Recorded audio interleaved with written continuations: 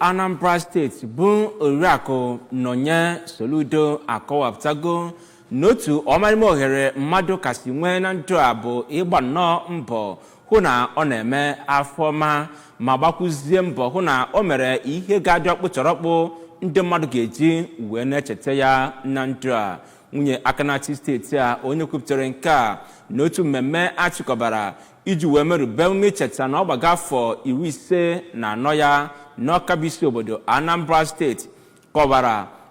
na agbata ndụ mmadụ ọbụla nọ na-egosi ọrụ ọma na ebere nke Chineke n'ebe onye ahụ nọ, bụ nke mere o ji wee bụrụ ohere iji wee kelee Chineke maka mmemme ahụ. Gere ozi ahụ ka ọha n'uju.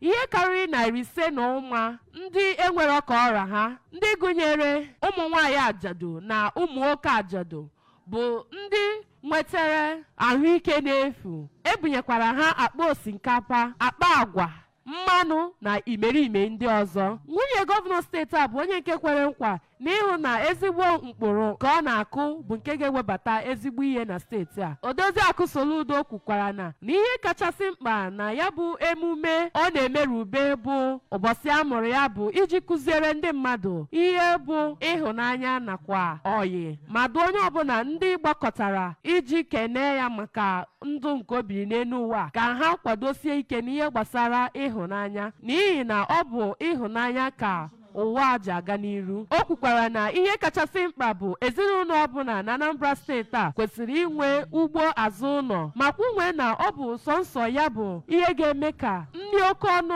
a na-ere n'afịa bụrụ nke ga-agbada, n'ihi na ịba n'ọrụ ugbo bụ ihe ga-ebenata agụụ na steeti a. N'okwu ha dị iche iche ka onye Anambra State Commissioner for Women Affairs nakwa Social Welfare bụ Odoziakụ Ifi Obinabọ, onye ọchịchị nchere oge nke Idemmili South bụ Odoziakụ Amaka Obi, nakwa onye Executive Chairman nke Anambra State Universal Basic Education Board ASUBE bụ Dọkịta Vera Nwadinobi n'imerime ndị ọzọ bụ ndị kwuru okwu otu nwunye gọvanọ si welu ndụ ya na-enyere ndị mmadụ aka ka o si wedata onwe ya na bụ nke ha agaghị akọwapụta, ma kpekwa ekpere ka Chineke na-agọzi ya mgbe ọbụla. Odoziakụ Soludo bụ onye kekwara ihe karịrị 1,000 mkpụrụ akụkụ nyegara ndị mmadụ n'iji kwado ya bụ amụma nke bụ Free Seed Program. Onye Head Civil Service nke Anambra bụ ọkaikpe Theodora Iwegbe, onye kọmishọna na-ahụ maka ahụike bụ